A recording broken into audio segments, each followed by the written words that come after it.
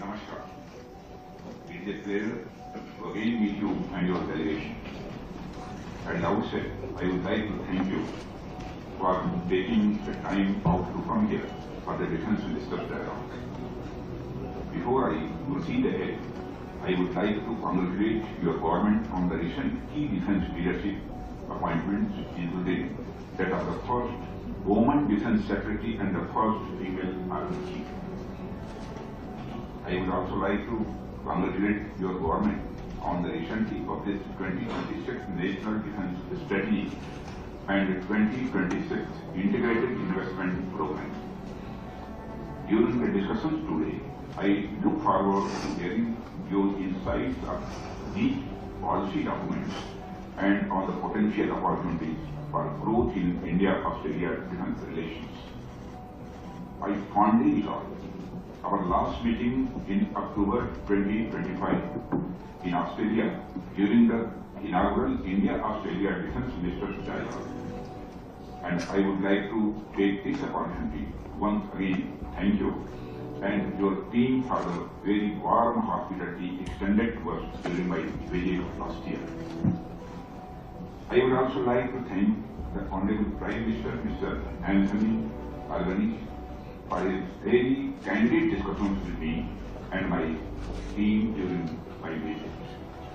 I am pleased to know that since establishment of the Annual Defence Ministers Dialogue, we have witnessed an increase in our defence engagements, with many promising milestones in defence having been achieved since October 2025.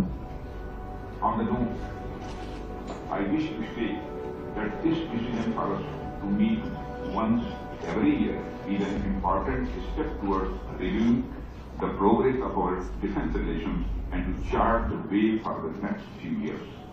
I hope to have a fruitful discussion today.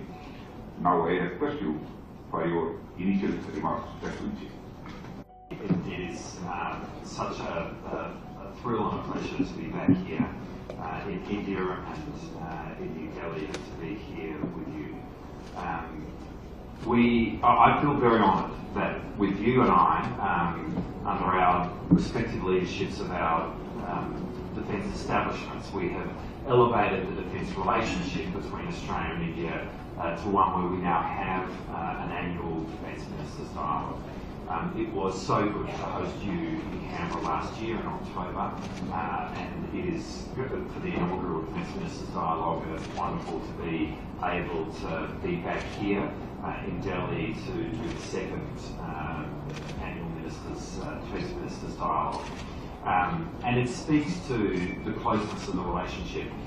We did an information sharing arrangement which we signed in October of last year at our inaugural Defence Ministers Dialogue as one example. We've seen a whole lot of progress in relation to how that arrangement has been put into place.